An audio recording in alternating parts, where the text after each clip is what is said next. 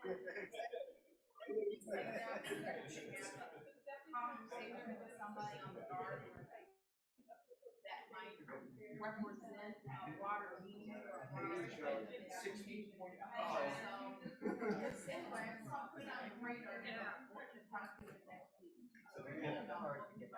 we sit anywhere? We're going to sit.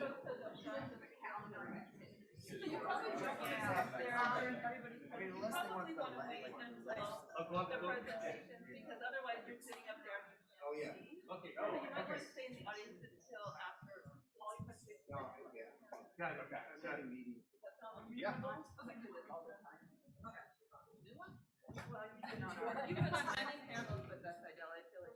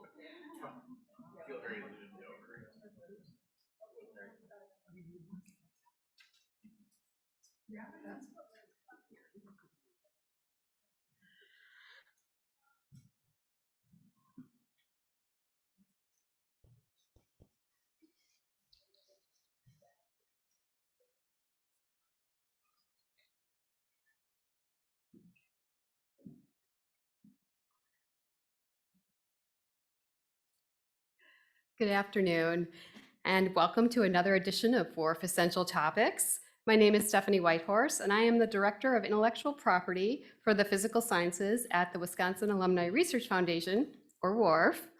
And I'm really pleased to be able to welcome you all here today.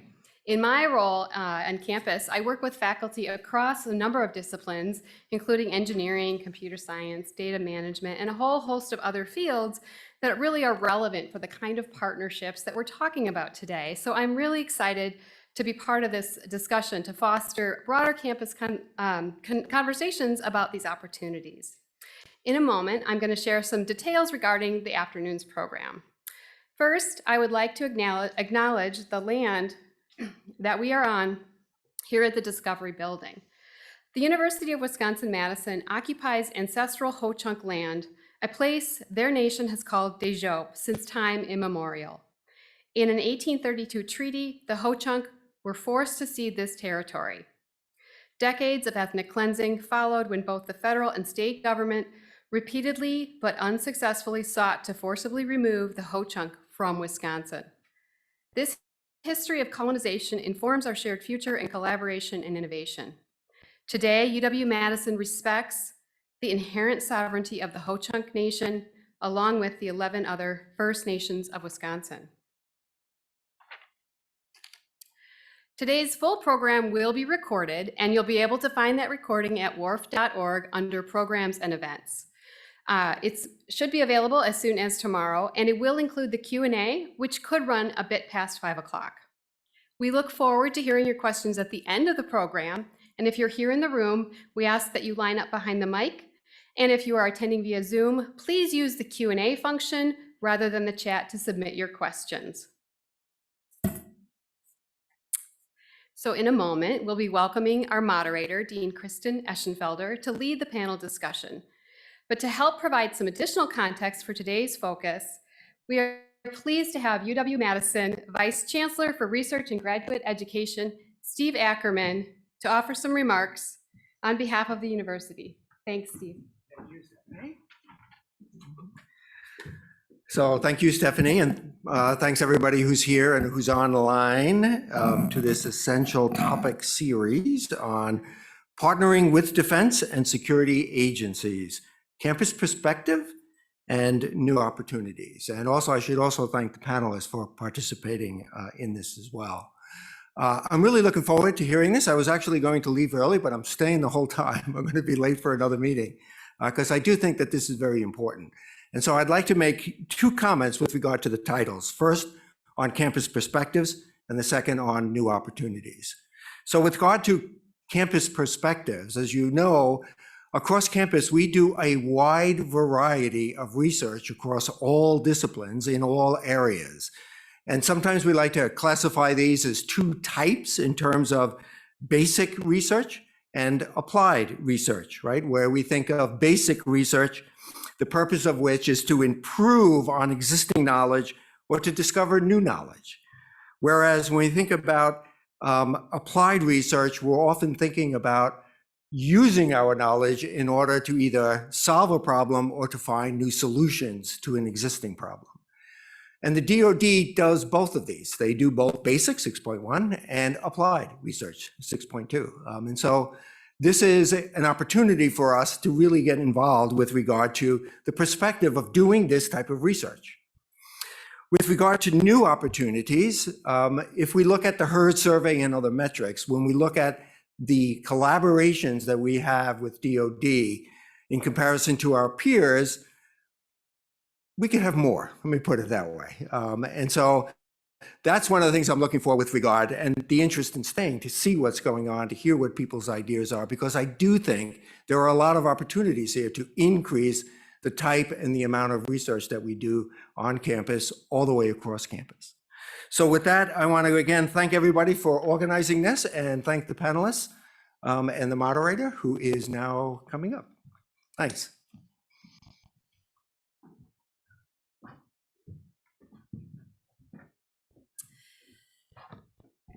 Hello, everyone. My name is Kristen Eschenfelder. I am your moderator today. I am a professor here on campus in the Information School. I'm also an academic associate dean in the College of Letters and Sciences and associate director of the School of Computer, Data, and Information Sciences.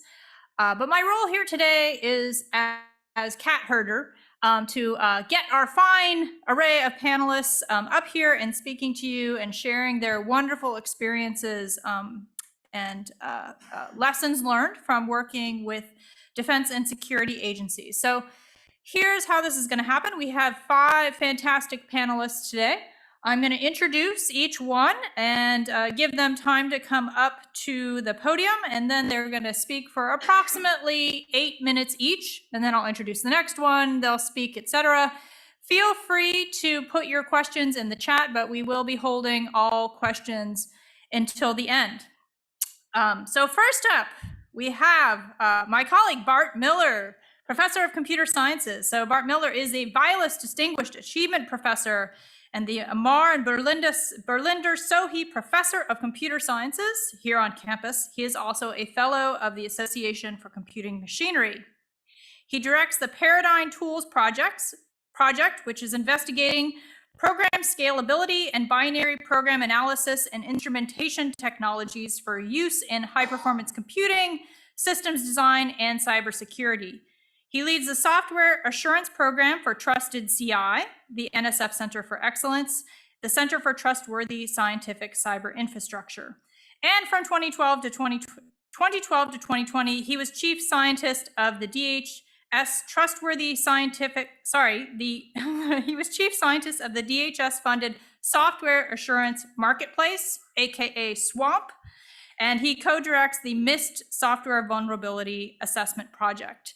So thank you very much for joining us, Bart, and sharing your expertise. Thank you very much, Kristen. And thank you, everybody, for attending. Thank you, WARF, for organizing this. I want to tell you a little bit of a story about how I and my colleagues helped secure half the container shipping ports in the world. And this involves NATO funding, which is how it applies. Really quickly, I've been at UW-Madison for too long, not too long, it's been actually great. And during that time, I've had quite a bit of defense and intelligence related funding, DHS, Army, Air Force, Navy, DARPA, and NATO, which is actually kind of interesting. So, but now I want to tell you one quick story, and I promised Kristen it would be a quick story. We'll see how well I do. Okay, so back in 2013, we were up standing up on Montjuic, if you've ever been to the beautiful city of Barcelona, where I spend a good part of my time, looking down at the port, and we noticed all these container boxes, these colorful boxes, sitting there, piled up in a container yard. And we asked, what if somebody scrambled the database on that? What would it do to finding the containers and the activity of the port? And we now know, so this is a long time ago, we now know this activity is ransomware. And at the time I thought about it, I was talking about it in classified circles, so we didn't publish it. I lost the great credit of describing the term early and getting it with my name, but what can you do? And so these boxes are these funny colored boxes with just a serial number on them. There's no paperwork, there's nothing there. They're metal, so you can't, so transmitters and locators, things don't really work. So what happens if you scramble that? So we had this thought in mind. Fast forward 4 years, and we're standing here in Suda Bay at the NATO base in Crete at their maritime cybersecurity conference, presenting results of how we successfully addressed this problem and strengthened up the defenses. And if you notice, we're sitting there in the center wearing a suit, which is unusual, but military dress codes, I dress the way they tell me to. And 2 people over from us is Sakor, the Supreme Commander of the Allied Forces in Europe, General Scarparotti, who recently stepped down. And next to me is just a 2-star. So, and these are representatives from a variety of NATO countries who we shared our work with. We also published these results on the left in a trade journal in the maritime shipping world and in a academic IEEE computer science journal, shared the result. And interestingly, our industry colleagues whose software we beat up and found holes in, and I'll tell you about that in a second, published with us to get their names on and said, yes, we had holes in our software. Yes, we fixed it. So this was a victory in many different ways. So what happened in between? Well, 2014, we had several false starts, making some inquiries. People threatened to call the FBI on me because I was making these dangerous inquiries. That's okay, I helped train FBI, I like them, that's fine. So then we started discussions with our colleagues at the University of Piraeus, Greece, who were doing risk assessment, not actually looking for holes, but trying to do risk management. They referred us to an organization at the Port of Valencia, a research organization that was interested in such things, in maritime shipping. They in turn introduced us to the shipping terminal operator. Just like airlines have terminals, shippers have terminals in ports. A company called NOADM that operates terminals all around the bay. They said, hey, let's talk. So we went to the Port of Valencia, me and my colleague, Alyssa Hyman, who's my partner in all of this. We went there, we talked to NOADM, we talked to the Port of Valencia cybersecurity team. We told them our threat models, our concerns. Their jaws dropped on the table 2 or 3 times when everything they said they were doing, we said, well, what if we do this other thing? They gave us lots of technical details, like, hey, if you shut down a port, you can lose $500 million a day in lost revenue. And they have good data on that because since Greek times, they've been recording the cost of longshoremen strikes since ancient Greek times. So we had good data on that. It was really valuable. NOADM introduced us to their software provider, the software that controls their terminal, Total SoftBank in Busan, Korea. I can name them now because we signed a non-disclosure, but they said, we want to tell the world how well this went, how badly it went at first, because we drove holes through their software, and then how well it went. Took a little extra intercession because they wouldn't answer the phone to this flaky academic group. One of my former PhDs was director of research at Samsung in Seoul, and he called them up and said, talk to these guys. We got a NATO Science for Peace funding, which allowed us to go ahead and attack this. Total SoftBank gives this flaky academic group all their source code, their corporate jewels. We do our in-depth vulnerability assessment. Our research has developed all that. We find 7 major drive a truck through, take over the port, hijack everything vulnerabilities. We help Total SoftBank fix those vulnerabilities. We work them in remediating it. They were freaked out after the first 3 or 4. They were getting a bit punch drunk, saying, so they flew us to Busan, Korea, and we took our team offline for a week and ran an in-depth, same kind of stuff we teach our students here in our introductory to software security course. We ran them through an in-depth boot camp. They upped their game and won a $50 million contract from Maersk as a result of being the only group who could not have a hole driven in their software, which we were very proud of. And let's just slow down a second because that was pretty fast. Happy to answer questions. So I've gotten a lot of defense funding, intelligence funding over the years. Sometimes you just have to put together a team and answer a BAA, a call for proposals. Sometimes that works. Sometimes you have to form the right personal contacts. Like when my academic great-grandfather grabbed an O&R program director by the scruff of his neck and said, this is when I was a young assistant professor, 2 years in, said, you got to talk to this kid. He's got some good ideas. And that started a conversation that got me my first military funding from ONR, Office of Naval Research. Sometimes you just need a vision like this NATO thing, looking down on the port of Barcelona and having the time and persistence to think it through and solve it. We're in a position that only academics can do, but need to work with the defense establishment and with industry. Okay. With that, thank you.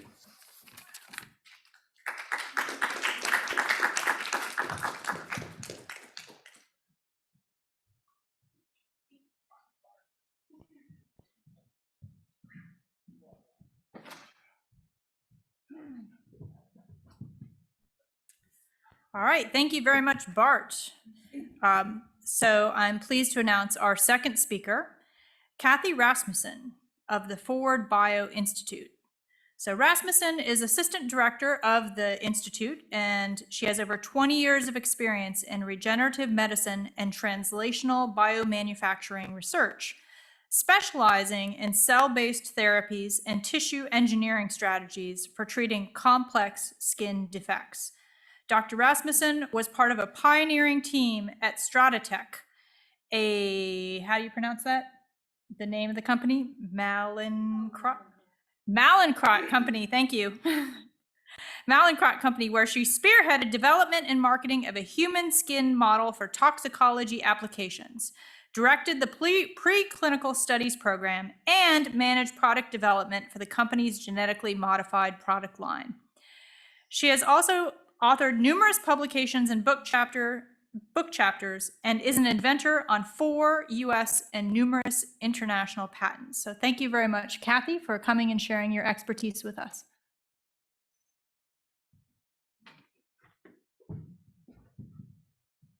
Thank you very much for the introduction.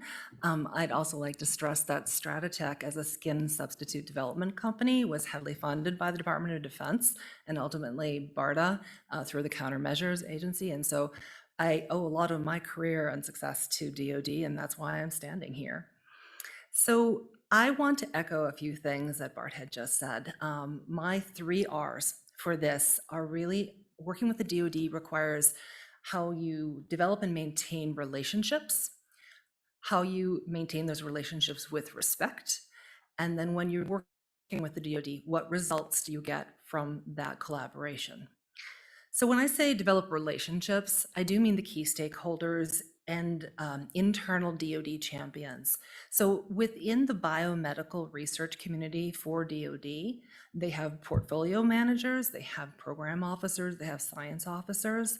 It's really important to get to know who's doing what, and what the needs are of the military in this regard. You also want to make sure that when you're engaging with these individuals, that it is a genuine relationship building exercise. This is something where you're beginning to build something that hopefully is a long-term engagement, and just be genuine and be yourself, because these are people who deal with non-genuine people all the day, and they will know immediately.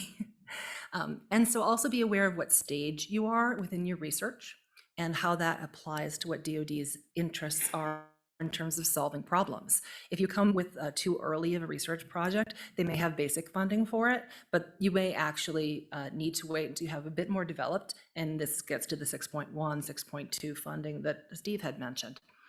The next thing I want to talk about briefly is respect. So communication really signals an awful lot to DoD. I find it very important that you speak their language. I've talked with a number of people on campus who find the acronyms that DoD is using as being very challenging, but we have our own acronyms on campus: BCRGE, WARF, COE, SMPH, RSP. We all know those by heart because we're used to them. When you start working with DoD, get used to them, learn them, integrate them into your vocabulary so that you can have a whole conversation, which is basically all acronyms, but it means something to them. And also it's just signaling that you have given respect to their time. Also, with respect to their time. Be prompt. If someone is talking to you, if someone's sending you an email, don't wait a week to respond.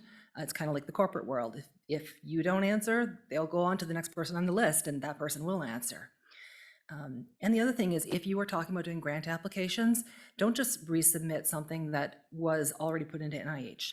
The way you approach a DoD grant is very specific, and it is not something where you want to repurpose, because if they can see that you just put in an NIH grant without having a military relevance statement, or that you're addressing the actual specific problem as opposed to a general scientific concept, that also shows disrespect.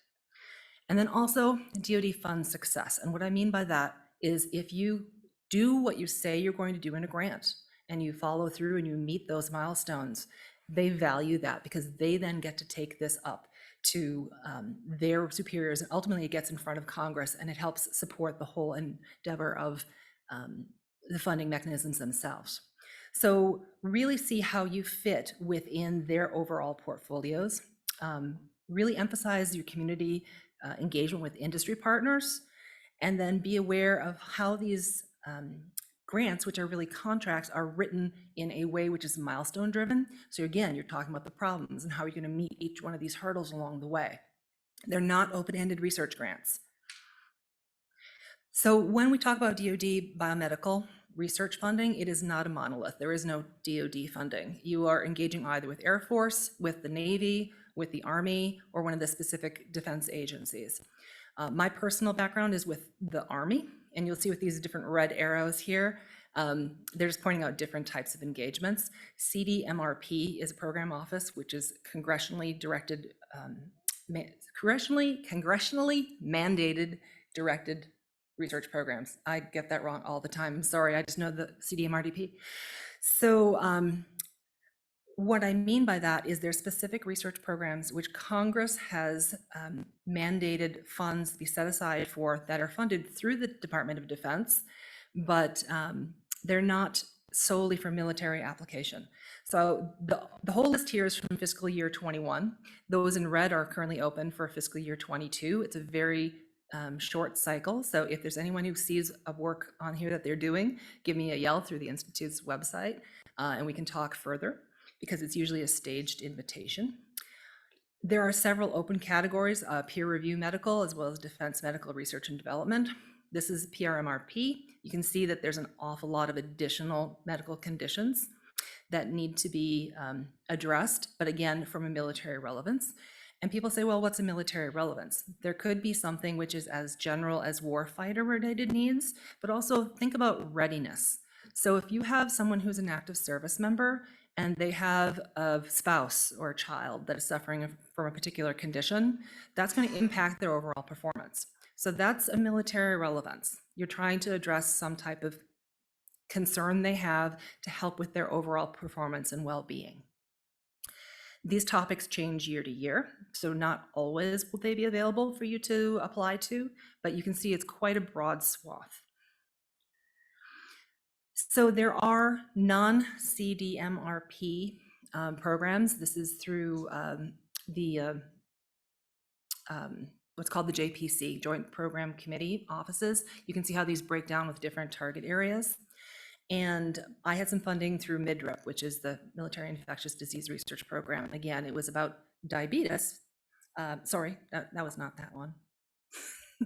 That was actually infected burn wounds. But I wanted to point out that I also had PMRP for diabetes, because again, same product could be used for two different indications. And so we could develop two different endpoints, two different sets of milestones with a similar type of technology. So again, you're solving problems. In one case, it was an infected burn wound. In another case, it was a diabetic foot ulcer.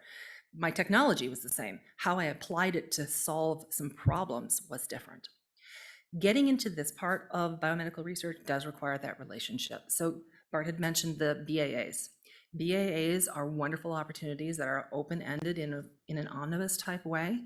However, if you have a BAA that goes in to the system that is not met with a corresponding person on the other side that is aware that the BAA exists and that you have an application in, it may just sit there in that black box. And so if you're putting an application in through a broad agency announcement. You want to have that relationship already developed so that you know that someone out there is looking for the BAA when you put that in. So there are other mechanisms. There are centers, there are MURAs, there are appropriations. It is incredibly complex, but I don't want that to deter you because there's an awful lot of opportunity for the type of research that we do here on campus. It is how can we get campus here to engage appropriately with the correct individuals that then we can move forward as a campus to broaden our overall engagement with DoD and biomedical research. Thank you.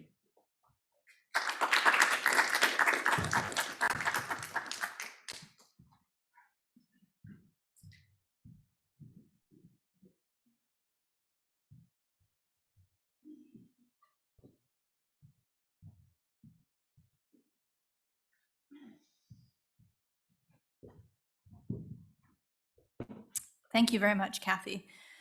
Next up, I would like to introduce Dave Schrader, who works here on campus, both with the Division of Information Technology and also with the School of Computer Data Information Sciences as a national security research strategist, where he enables and advances initiatives on national security research and collaboration with the U.S. Department of Defense and the U.S. intelligence community. He acts as the mission liaison for the Intelligence and Security University Research Enterprise, ENSURE, a consortium Dave will tell us about, and he serves on the board of directors of the Wisconsin Security Research Consortium, WSRC, and Wisconsin Information Security Center, WISC. Dave also serves as a cyber warfare officer in the Wisconsin Army National Guard, and previously served as an information warfare officer, cryptological warfare officer, and space cadre in the U.S. Navy. His expertise includes cyberspace operation, signals intelligence, and information operation. Thank you for sharing your expertise with us, Dave.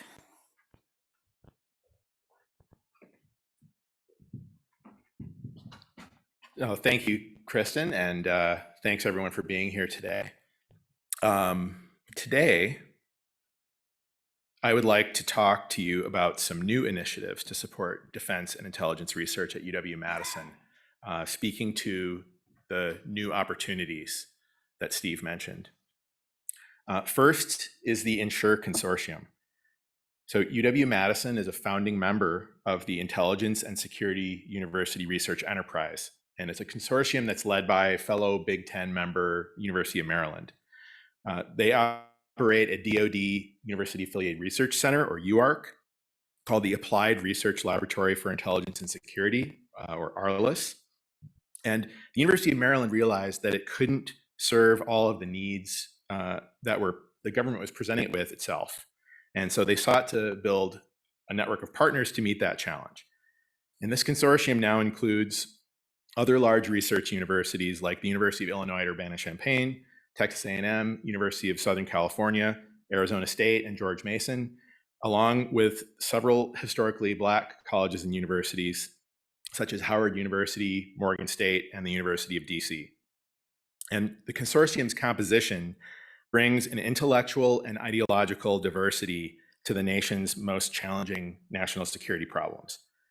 ENSURE works directly for the Undersecretary of Defense for Intelligence and Security, and is the first academic research consortium to serve the defense intelligence community, which is a subset of the larger intelligence community. So the defense intelligence community includes the National Security Agency, which is responsible for signals intelligence, cryptology, and cybersecurity, the National Geospatial Intelligence Agency, which is responsible for imagery and geospatial intelligence, including on issues like rescue operations, migration, and climate change, the National Reconnaissance Office, which builds, launches, and operates the nation's surveillance satellites, and the Defense Intelligence Agency, which provides military intelligence across a range of disciplines, like military history and doctrine, economics, physics, chemistry, world history, political science, biomedical and life sciences, computer science, languages, and more. And you've seen the kinds of intelligence these agencies produce, as the United States has clearly and in detail laid out Russia's intent and actions for the world to see before and during its ongoing invasion of Ukraine. And you see it in the recent public announcement that the United States disabled Russian malicious botnets in the US and worldwide, which could have been used for disabling or destructive attacks. This is what the defense intelligence community does. What also makes Ensure unique is that it is looking at the nexus of social sciences and human factors with these technical challenges. Problems like foreign malign influence, election security, cognitive security, misinformation, disinformation, and malinformation, or MDM, and propaganda, securing food supply chains, not only in the US, but in regions like South America and Africa, ethics and human factors in cybersecurity, AI, and autonomous systems, and other emerging technologies.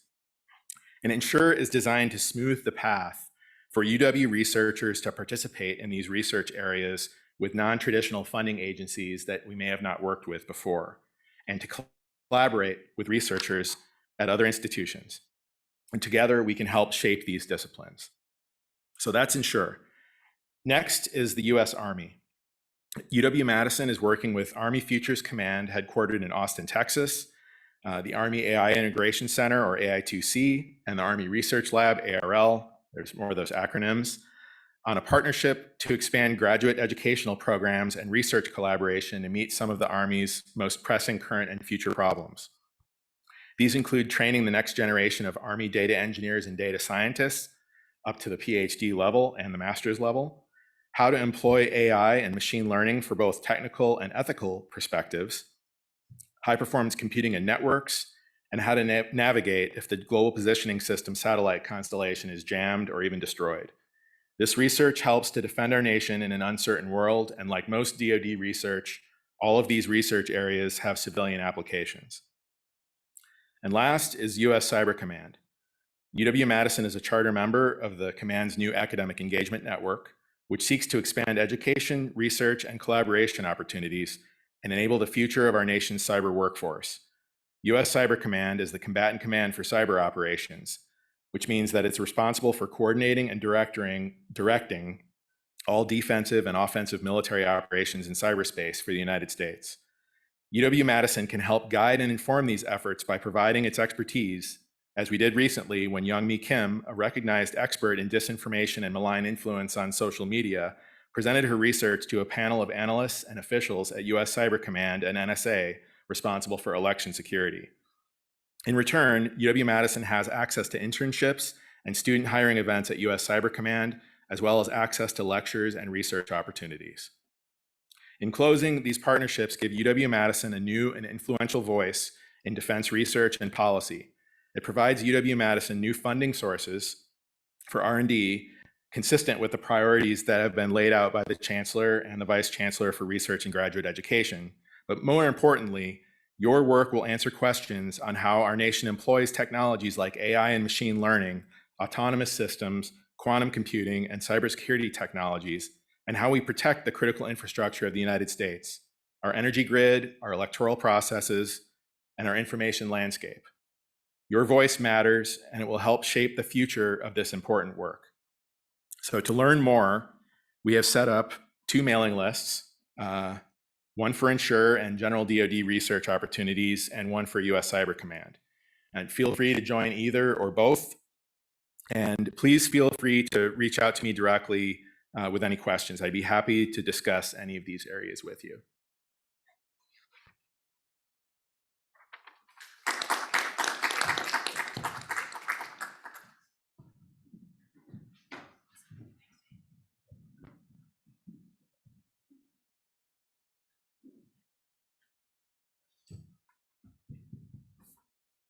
Thank you very much, Dave. Next up, we have Adela Yamben from the Center for Technology Commercialization. So Dr. Yamben is the business development consultant for the Center for Technology Commercialization. She develops programming, teaches, and mentors in the CTC's virtual lean startup seed programs named Idea Advance and SBIR Advance. She has served as a national USDA SBIR reviewer and an NIH I-Corps mentor. She leverages her scientific training and lean startup expertise to support customer development activities for CTC clients. Dr. Yambin also leads efforts to manage mentor training and networks that serve underrepresented groups within STEM fields. In addition to overseeing the SBIR labs and SBIR Ready programs, Dr. Yambin is responsible for CTC operational milestones and oversees outreach initiatives and training for targeted underrepresented groups. Thank you for coming and sharing your expertise with us.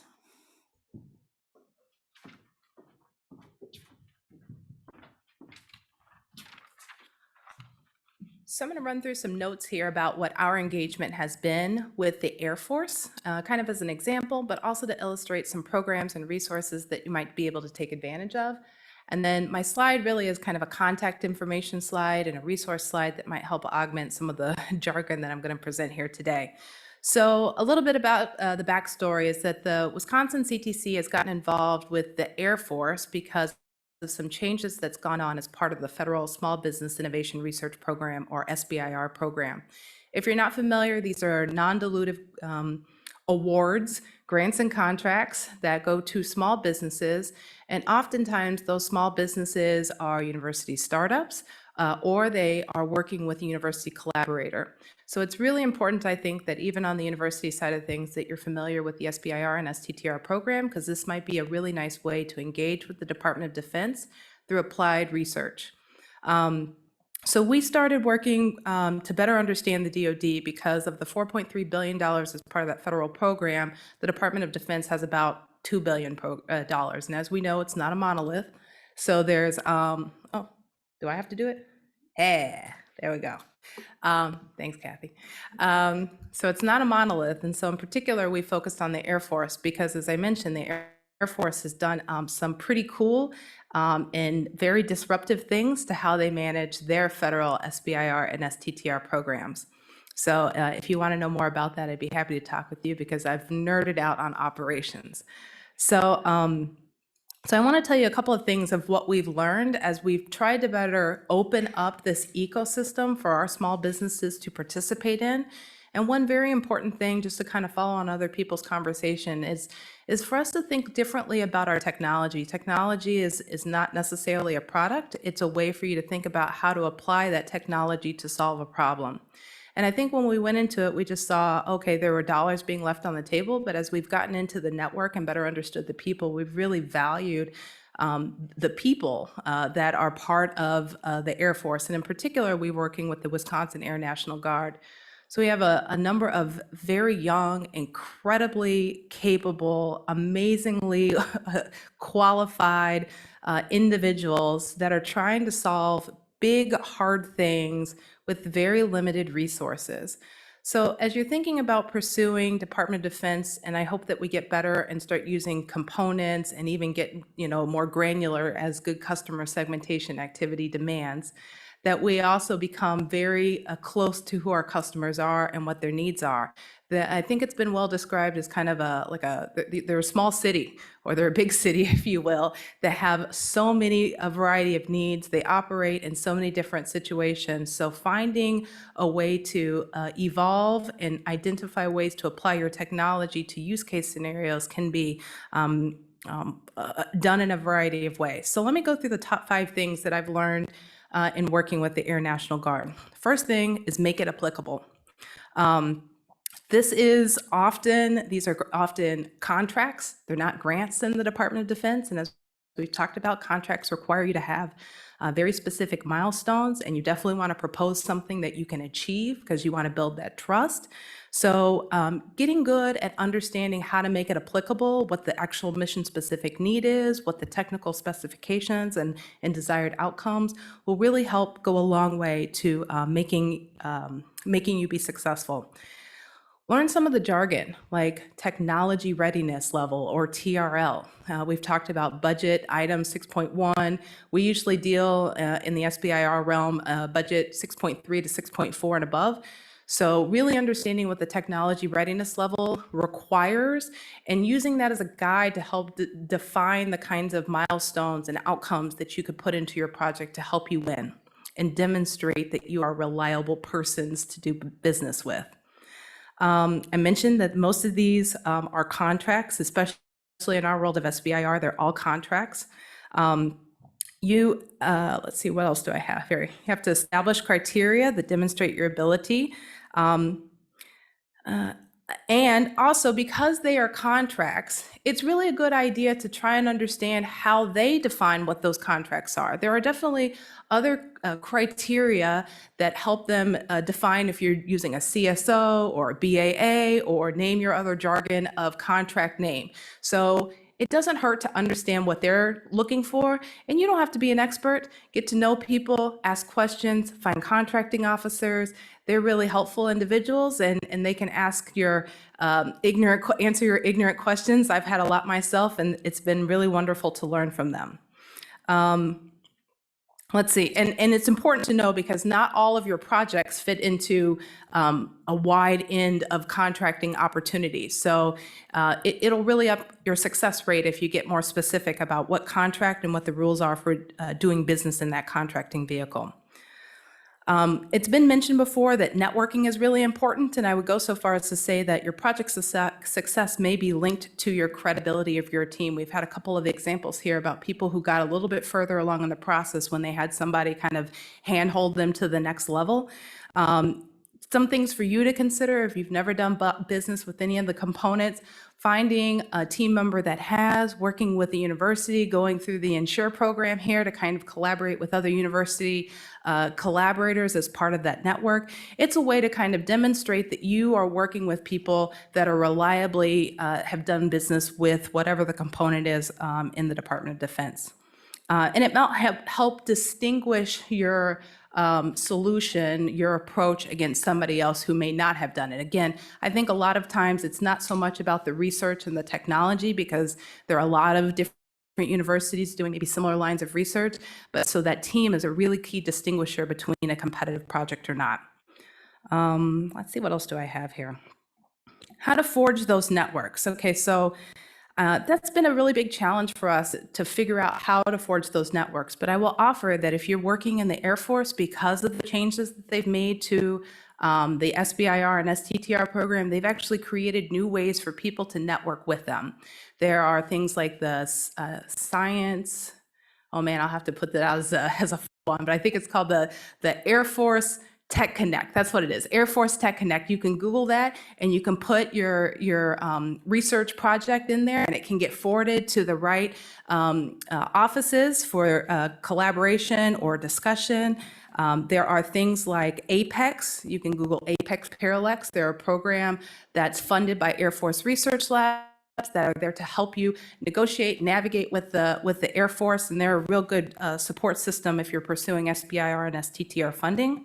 Another one that I'm a big proponent that we get more involved in is NSIN, the National Security Innovation Network. It's a great way for faculty to propose and work on projects that may be at a lower TRL level, but also is a wonderful way to bring students along, because the Department of Defense is also looking at ways to train and engage the next generation of professionals. So good way to think about building up your team in that way. And then finally, I'll say that what we have done in working with the Wisconsin Air National Guard is to try and create a local networking opportunity for people to propose their solutions and whatever technology-infused products, and try and understand how those might be retooled or better applied to fit the needs as a case study here at the Wisconsin Air National Guard. And as they build their own networks across their growing Guard innovation ecosystem, I'm hoping this will be a nice resource for Wisconsin to tap into. So I look forward to working with you all, and there we go. And if you have any questions, always feel free to reach out. We're not part of campus, but we are part of University of Wisconsin system. And so we are a good resource for everybody across Wisconsin. Thanks.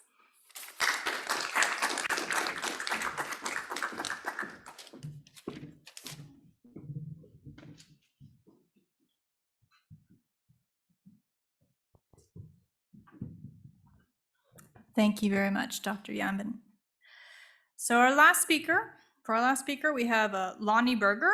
Lonnie Burger is Associate Vice Chancellor for Research and the Social Sciences, Viola's Distinguished Achievement Professor of Social Work, and former director of the Institute for Research on Poverty here on campus. So he engages in studies on substandard parenting, child maltreatment, out-of-home placement for children, parenting behaviors, childcare, and public policy related to parental behaviors, child and family well-being. But I believe he's here today to give us a bit of a show and tell about cool defense and intelligence-related research that has been occurring across the social sciences at UW-Madison. So thank you for coming, Lonnie. Thanks, Kristen, and thank you all for joining us and to the other speakers. So as Kristen noted, so I'm actually here in my role as AVC for social science research. And so my job there is to support and expand social science research on campus. And unfortunately, in the social science world, folks don't regularly, defense and security agencies aren't the go-to places or aren't the places we think of right away for potential funding to support our research. So what I thought I'd do today is just spend a couple minutes talking about the really wide range of social science relevant areas that defense and intelligence agencies fund. And then I, went through our grants tracking software and pulled out some abstracts of some really cool projects that are going on campus and try to get some of the social scientists out there thinking about these agencies. So I should say, so I have a list of topics up here. A couple things to note first off. So it really is quite a wide range. They're funding both basic and applied research in these areas. And one thing to think about too is some of it is really social sciences specific. A lot of it's quite interdisciplinary. So a lot of the projects that I'll highlight are really teams of folks in psychology or in social work or sociology, and also computer scientists or engineers, et cetera. So the first area that I think folks don't always think about is this economic development, security, and stability. And what I've really seen is sort of two tracks of research in that area.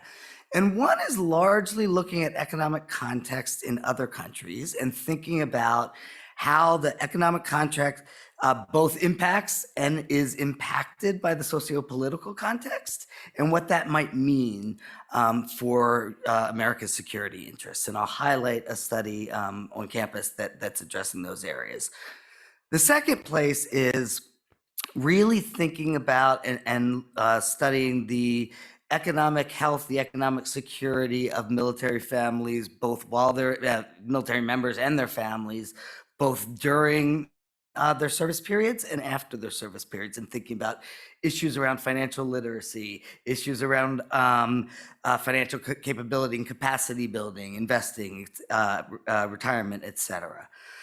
Then the sort of second area that kind of the next two bullets go a bit together, machine learning, artificial intelligence, statistical methods. That's by far the biggest area we have on campus. I'm really, that crosses clearly the physical sciences and the social sciences. But if you look at a lot of those grant proposals, they include some folks in psychology, some folks in neuroscience, et cetera. And I won't spend much time on that because they've really highlighted some of those. I think a big overlooked area is how much going on around military families there is in the family relationships area. So they fund things on child maltreatment and family violence, intimate partner abuse and domestic violence. But also there are mechanisms to support things like couple relationships and positive parenting behaviors and sort of a more general sense of how do families function, particularly in this area of instability where parents are getting deployed and coming in and out of the households. Substance abuse, common among the whole population, common among military members and veterans. So there are lines devoted to substance abuse, as well as the psychological health. And so some of the areas we might think of are PTSD, traumatic brain injury, and they do fund those areas. But they also fund more general psychological and emotional well-being, optimal functioning, optimal decision-making, et cetera. And then last, and Kathy really highlighted this huge range of aspects of health that that they fund. And these are really, we think of it as probably being, combat injuries and whether they be physical or socio-emotional, but they really fund a wide range of population-wide health diseases and disorders. So autism, Alzheimer's, eating disorders, things that social scientists regularly fund. Okay, so now for the fun part. So I'm going to highlight a couple of projects on campus. So in the economic development, security, and stability area, we have a project that is studying home ownership and societal stability in Eurasia. And what they're really looking at is home ownership rates across these Eurasian countries and the reasons for home ownership and who gets to be homeowners very, very widely for historical reasons, for socio-political reasons. And so they have a multi-wave survey to look at how and why homeownership may be linked to population level behaviors and attitudes, both within countries and across these countries, and how sort of military actions may affect housing and thereby US security interests. A second one is a family relationships area, enhancing father engagement in military families. And this was really to develop a smartphone app that helps fathers or parents co-parent, stay in touch with their kids while they're deployed. It sends them all kinds of tips around parenting and how to work with the parent who's back with the family, but also it's very tailored to their kids' ages and developmental stages, to whether they're in town at the time or deployed. I'll give you a third one. So I should have said the first one was led by a sociologist. The second one was led by a social work professor, and this one's led by a psychologist. And so this is really using action video games for training.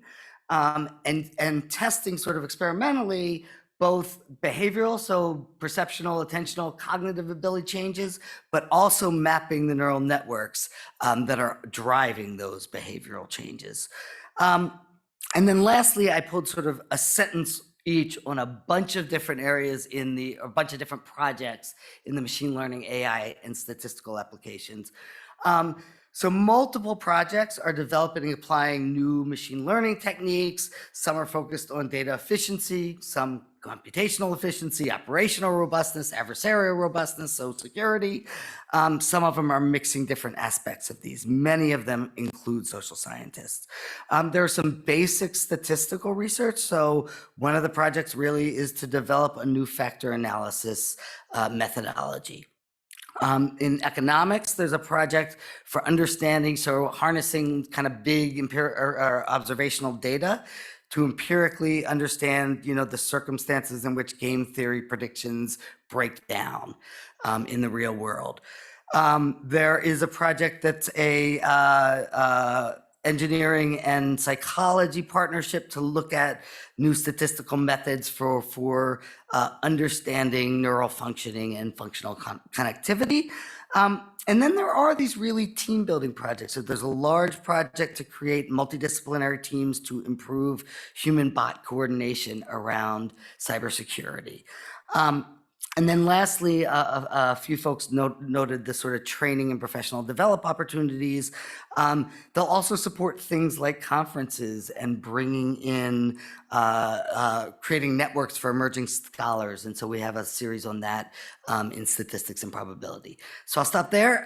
If you have projects that may be relevant to social science, feel free to contact me and I can hook you up with the right people on campus or any of us. Thanks very much.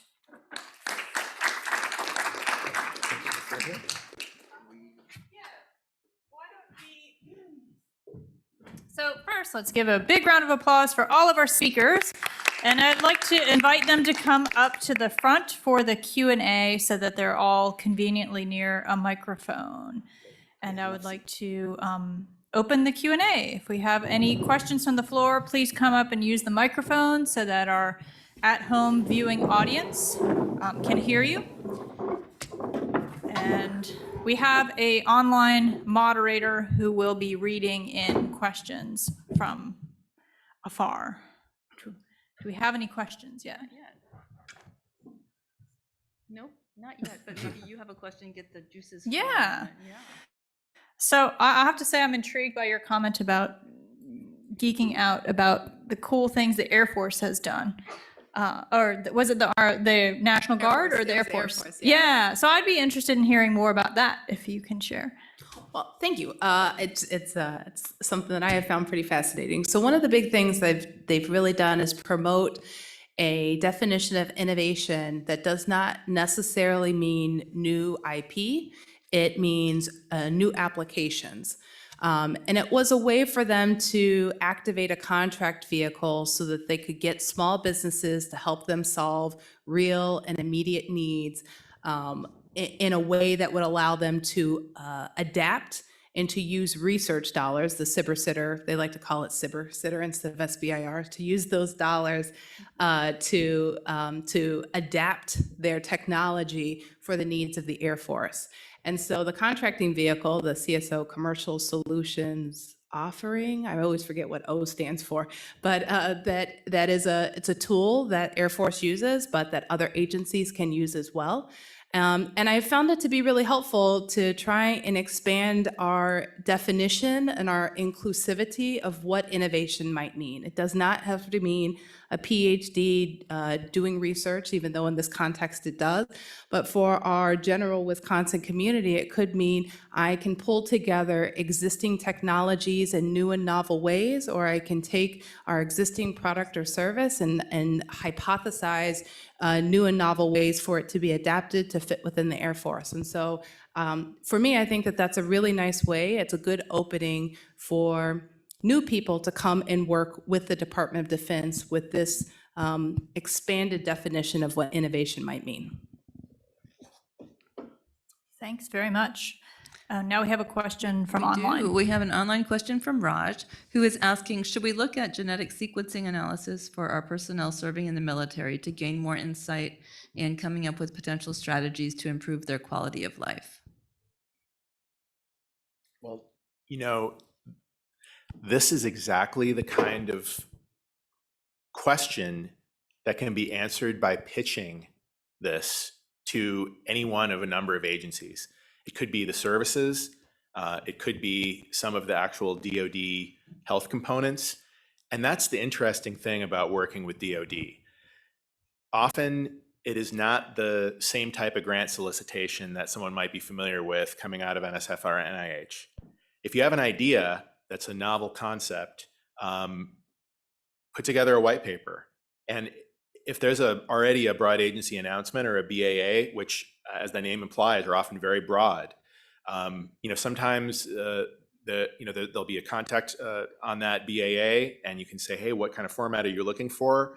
Put together a white paper and see if you can get that idea funded. So that's not directly answering the question, but I think that's the sort of thing that would be valuable here.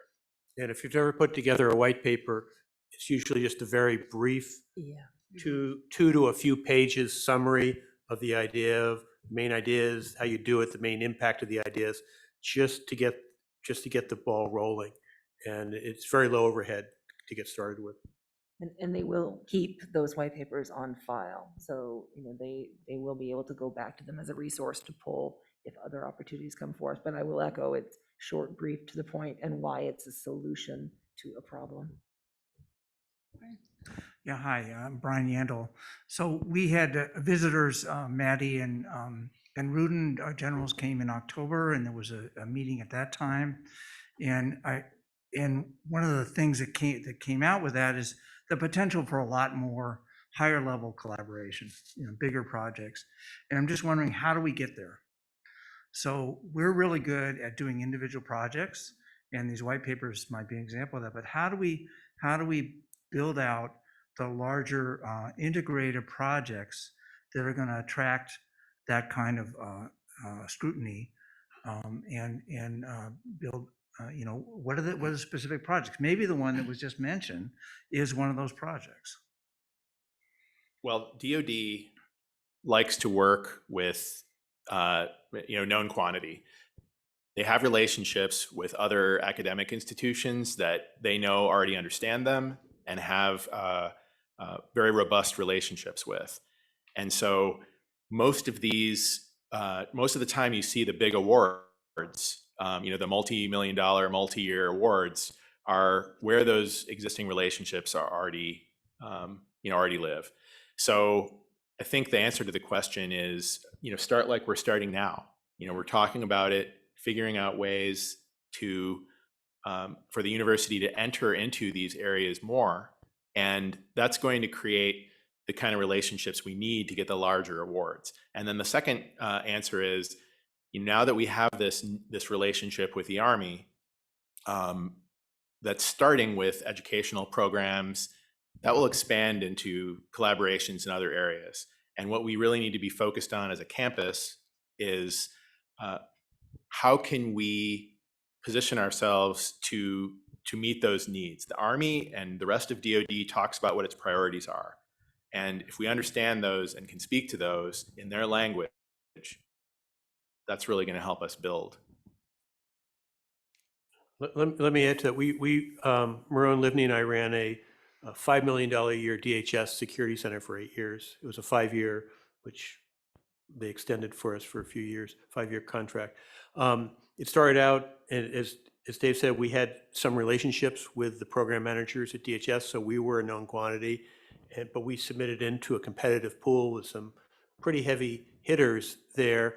It requires a couple of things. It requires one or a few technical leaders in the faculty to drive. Somebody's willing to say, I'm going to give up part of my life to organize. So it takes somebody to organize it. It takes a campus commitment. For example, we got space here in this building that we're in the Discovery Center Institute. We got allocated significant space to run large computing resources and office space for a very large staff. So if you're interested, you need to have some one or few people that are willing to be your drivers. Then you need to talk to people on campus. We've heard from Steve, who's a very important person to talk to when you're starting these things. Talk to your dean, talk to your chairs, to say this is the kind of resources we need administratively and structurally to do that. And then it's the process of starting the discussions with the agencies, with the program managers, saying, this is our take. You think we're a player in this field? Or maybe write a white paper, as we heard as well, and move forward. Yeah, and do you see that opportunity in the social and the health sciences? I mean, I know the poverty area got a recent big grant. It wasn't from the Army, but it was a substantial grant. Yeah, I think so. The social sciences currently are mostly the sort of more traditional NSF, NIH, Health and Human Services model. So the question about the social genomics, my eyes lit up as soon as I heard that.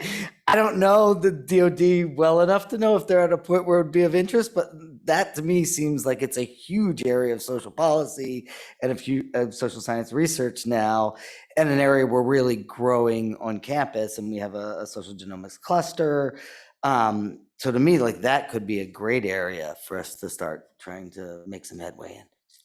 If I just add one more thing, and that is, I think even in the way that the question has been kind of answered, is we have to be mindful of the way we communicate. So it's not, social genomics, because that's a technology or that's an approach. It's what are the problems that could be solved that they care about solving. Part of that comes with good customer discovery. So that's a plug for discovery to product and working with those resources on campus so that you can, do that customer discovery type of activity. But going to and reading articles, going to conferences. There's a great health science conference with the Army that's coming up in September. Yeah, I was going to mention a little bit about Applications are that. due, or abstracts are due. No, we're due. Oh, they were due. Yeah, Yes, so you're talking about the Military Health System Research Symposium, MHSRS, another acronym to know.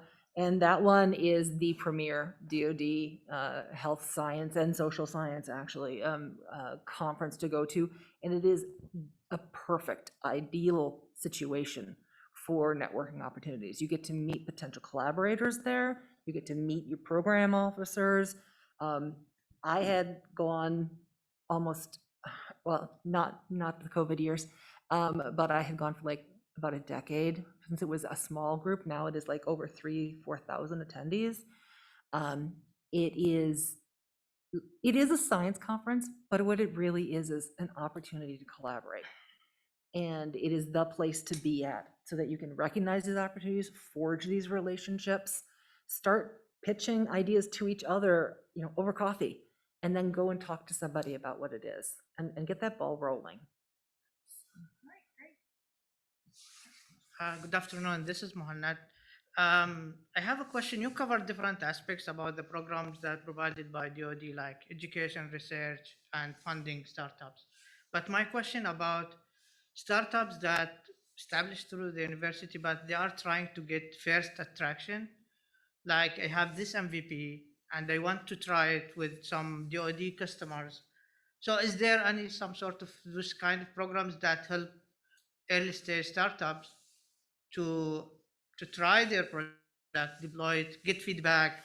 So are you talking about something that's actually a finalized product, doesn't require additional research? Yeah. Okay, so there's something that you can go through acquisitions, which is, this is not a research opportunity, this is not, but DoD has an acquisitions process, which is fairly bureaucratic. We didn't engage in that directly, but I'm familiar with the system.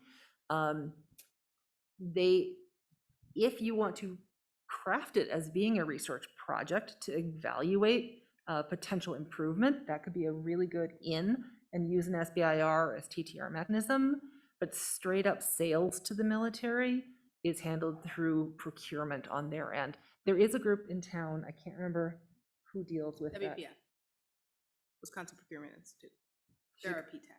But I think what you're asking is that you have a minimum viable product and you're in a startup and you're still searching for fit and adaptation of that minimum viable product within the Department of Defense ecosystem. Yes. And so, and what is a program that would support that?